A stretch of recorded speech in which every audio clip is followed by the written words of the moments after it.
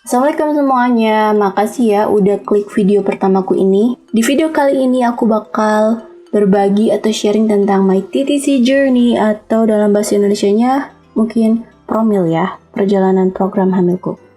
Oke, lebih spesifiknya aku di sini mau memperlihatkan progres tes pack kesuburan atau LH test atau OPK kalau orang luar nyebutnya ya, dari negatif sampai positif. Nah, buatku memakai tes pack kesuburan ini sangat membantu banget, soalnya haid aku sangat tidak teratur. Bisa 2 bulan sekali, 3 bulan sekali, ya pokoknya paling cepat itu 35 hari. Dan itu nggak teratur tiap datangnya itu. Dan bahkan setelah konsultasi kedua dokter, aku tuh dicurigai memiliki mengidap PCOS karena memang ada beberapa gejala yang mengarah ke PCOS. Mungkin cerita soal PCOS lain kali aku bakal bikinin videonya khusus ya, insya Allah. Oke, langsung aja. Ini aku emang niat banget ya melacak setiap tanda-tanda yang terjadi, yang aku rasakan di tubuh aku mulai dari haid hari pertama. Nah, aku mendokumentasikannya dari mulai haid hari pertama, atau aku sebut cycle day 1, cycle day 1, itu tanggal 23 Oktober kemarin. Nah, ini 7 hari, normalnya emang aku biasanya 7 hari, dan aku mulai ambil tes itu di hari ke-13. Nah, sebetulnya ini tuh terlalu terburu-buru ya bagi siklus haid aku yang paling cepat itu cuma 35 hari, karena nggak mungkin terjadi di hari ke-13 kalau haidnya selama itu. Jadi aku putuskan untuk tes lagi di hari-hari selanjutnya. Ini dia. Nah, banyak banget kan? Ntar aku zoom dulu ya. Hari ke-14, 15, 16, 17, 18, 19. Terus aku tes, soalnya penasaran banget. Aku tuh gak bisa mengandalkan aplikasi penghitung kesuburan doang, karena setiap haid itu ya siklusnya berbeda gitu. Kadang 36 hari, kadang 40, kadang lebih. Nah, tapi setelah aku menurunkan berat badanku dan mengubah lifestyle lebih sehat, alhamdulillah sih, jadi siklusnya itu lebih pendek, nggak sampai 50 hari, 40 hari kayak gitu. Cuma masih tetap kurang teratur ya, nggak tepat waktu. Ya, cerita soal weight loss aku nanti mungkin aku juga bakal ceritain ke kalian. Oke, ini bisa kalian lihat ya. Hari ke-14, 15, 16, 17, 18, 19, 20 masih belum terlihat garis kedua. Kecuali ini tuh kepotek, ini tuh pakai kuku. Soalnya dia lapisannya kayak tip X yang udah kering. Jadi kalau kena tajam tuh kayak gitu. Itu kayaknya gak sengaja kena kuku. Nah, aku ambil tesnya itu di jam-jam ini ya. Ini aku tulisin jamnya 10 pagi, 9. Nah, itu sebetulnya bukan contoh yang baik ya. Seharusnya kalian itu ambil tes di waktu yang sama setiap harinya. Kalau perlu 2 kali sehari saat mendekati peaknya atau puncaknya ovulasi. Ini aku kemarin cukup impulsif dan gak bisa mengontrol diri. Pengen tes.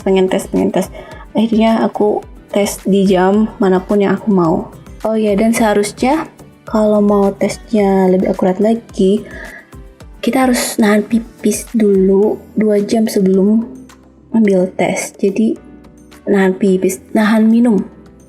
Jangan memasukkan banyak cairan ke tubuh 2 jam sebelum tes. Supaya urinnya lebih pekat gitu ya, lebih banyak hormonnya entahlah. Nah, jadi dari tanggal 13 pertama kali aku ambil tes sampai tanggal 21, cycle day 21, 22, dan 23 itu masih negatif.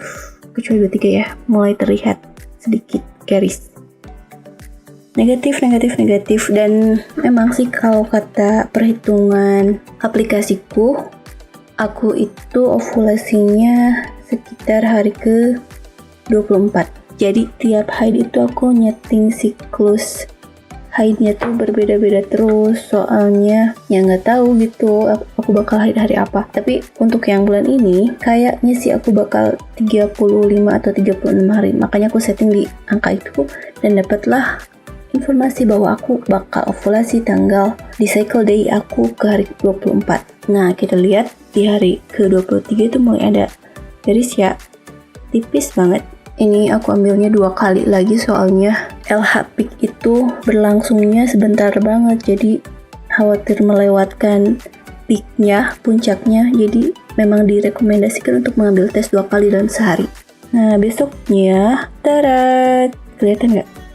Ini masih lebih muda juga sih garisnya, cuma dia tuh konsisten ya, lebih menebal sedikit banget. Jadi aku mulai curiga nih, jangan-jangan bentar lagi mau ovulasi, mau bertelur.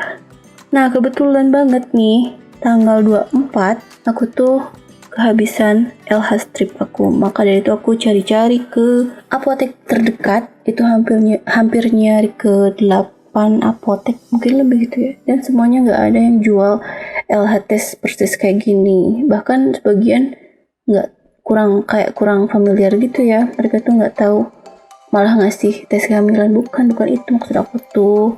LH test itu ovulasi, tes kesuburan atau tes ovulasi. Oh iya, kata mamanya kayak gitu. Tapi akhirnya aku dapet dari salah satu marketplace, jatuh itu masih di Bandung dan bisa dikirim via Gojek. Dan hari itu juga aku langsung pesan ini loh bungkusnya yang aku pakai. Nah, yang lama tuh kayak gini. Ini yang baru beli aku via Gojek. Desainnya mirip sih ya, cuma warnanya itu berbeda. Ini lebih keunguan, yang ini pink. Gak tau, mungkin pabriknya beda. Ini produksi siapa ya? Kok nggak ada, kurang jelas gitu dia. Tapi bagaimanapun mereka benda-benda ini tuh lumayan akurat ya untuk mengetes LH test, sensitivity-nya lumayan. Nah, yang bikin kaget ada di hari 24. Tada! Di hari ke-24 jam 16 aku ambil tes lagi dan mendapatkan BFP atau Big Fat Positive. Sebetulnya enggak Big Fat banget sih ya, maksudnya sama warnanya itu biasanya kan orang lain tuh lebih pekat yang ini ya, garis kedua itu lebih pekat saat positif tuh.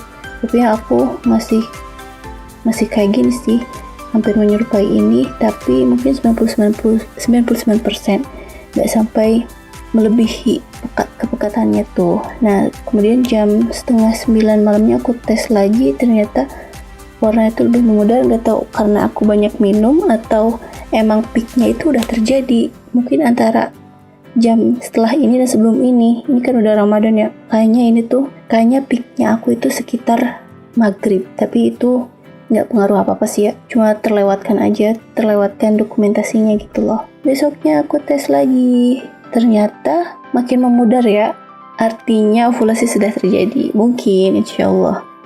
Ya seneng banget lah, soalnya menunggu-nunggu dari hari ke-13 hasilnya negatif terus, samar, akhirnya mulai terlihat garis dan dapet yang paling tebal itu di cycle day 24.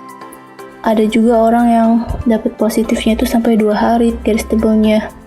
Nah, kalau aku ternyata cuma dapat sehari dan itu cepet banget turunnya lagi. Berarti kalau LH udah turun, ovulasi sudah terjadi. Artinya apa?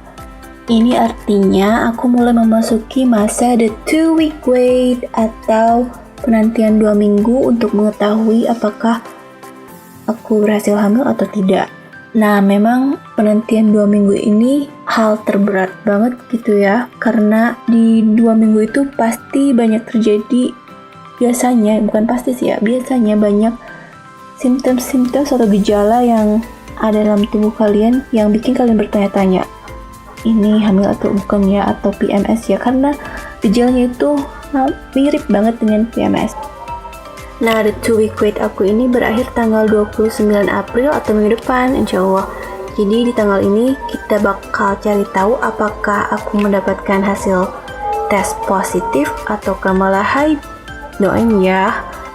Kalau kalian mau tahu hasilnya, jangan lupa untuk subscribe dan nyalakan loncengnya. Terima kasih. Sending baby does to all of you guys. Kok kayak ketombe sih?